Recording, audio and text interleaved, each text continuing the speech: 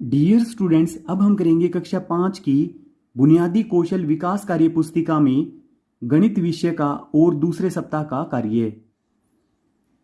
आगे दूसरे सप्ताह में दूसरे दिवस का कार्य है कार्य पत्रक 8। पहला, नीचे दी गई भिन्नों को संख्या रेखा पर दर्शाइए। तो इस पूरे बड़े भाग के 4 छोटे भाग किए गए हैं, तो हमें 1/4 बताना है। तो 1, 2, 3, 4 4 छोटे भाग हैं और ये वाला भाग ये हुआ 1/4। फिर आगे है 2/5।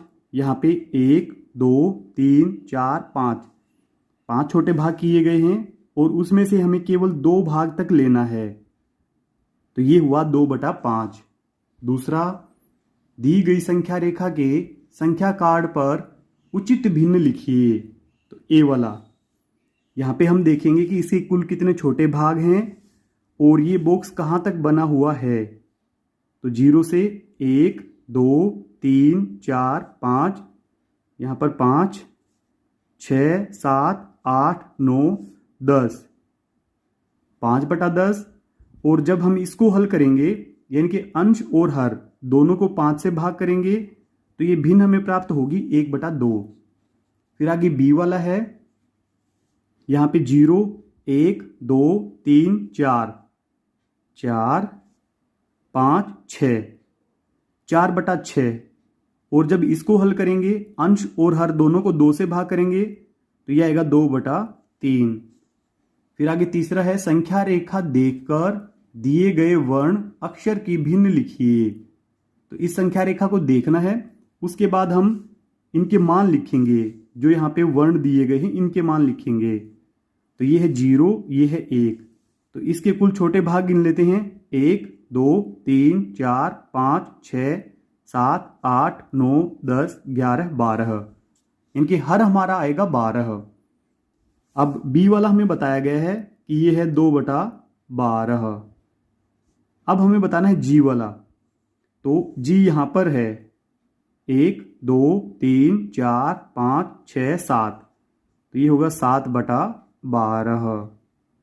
फिर आगे एच, तो ये जी से अगला ही है, तो ये आएगा 8/12। फिर आगे एफ, एफ यहाँ पे ये रहा जो कि जी से जस्ट पहले है। जी है 7, तो ये है 6 नंबर पे, 6/12। और इसको हल करके भी हम बता सकते हैं। अंश और हर दोनों को 6 से भाग करेंगे तो यह आएगा 1/2। और यहाँ पे इसको हल करेंगे तो यह आएगा 4 से भाग करेंगे अंश और हर दोनों को, तो यह आएगा 2/3। फिर आगे डी बताना है हमें। यहाँ पे 1, 2, 3, 4, तो ये होगा 4/12।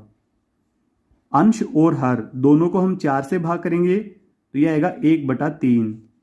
फिर लास्ट में है के, तो यहां तक 12 भाग बनते हैं, यहां तक हुए 11 भाग, 11/12।